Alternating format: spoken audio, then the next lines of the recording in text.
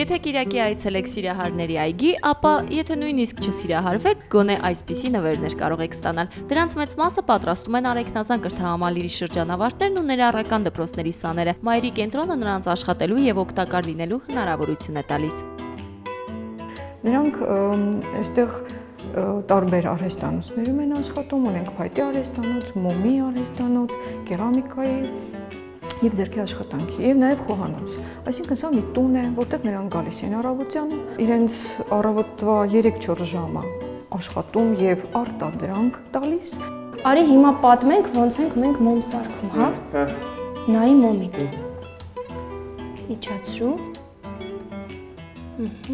Ու կախի։ Կենտրոնը տարիքային սահմանափակում չի դնում, այստեղ կան նաև 30-ից երիտասարդներ։ Հնարավոր է, որ երեխաները ցանկանան շարունակել մանկավարժական թերապիաները, կատարեն զարգացնող վարժություններ։ Այդ հնարավորությունից նրանք ևս կարող են օգտվել։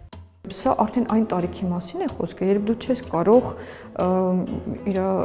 երիտասարդ երեխայի նման վարվել, դա պիտի արդեն հաշվի առնես իր տարիքը եւ եթե ինքը չի ուզում անել ինչ-որ վարժություններ, ինքը պարզապես պիտի աշխատի եւ ինքը աշխատանքը դա արդեն թերապիա է։ Պետությունը ճանաչել է մեր գործունեությունը բարեգործական եւ ազատել որոշ հարկերից, սակայն ֆինանսավորում մենք դեռ չունենք։ Իրենց աշխատանքի դիմաց կենտրոնը պատանիներին նաև վճարում է եւ 2-3 ամիսը մեկ կազմակերպում ցուցահանդես վաճառք, բայց այն ինչ պատրաստում են հիմա, դա վաճառքի ենթակա չէ։ Դրանք պատանիների կողմից Սիրահարներին ուղղված փոքրիկ ուղերձներ են։ Մեր գոռը մի հատ էլ արեց 5 հատ։ Դե կպցրու։ Հանգույց անելը բավականին բարդ բան է, մանավանդ որ մենք այստեղ հատուկ հանգույց ենք անում, նավաստիական, որ նավաստիներն էլ են երկար ժամանակ սովորում, որ դա անեն։ Համել շատ երեխեքի համար դա բավականին բարդ է։ Մոտ մի պարկ ստացվում է նվերիկներին, որ պետք է ամսի 31-ին Սուրբ Սարգսի տոնակատարության ժամանակ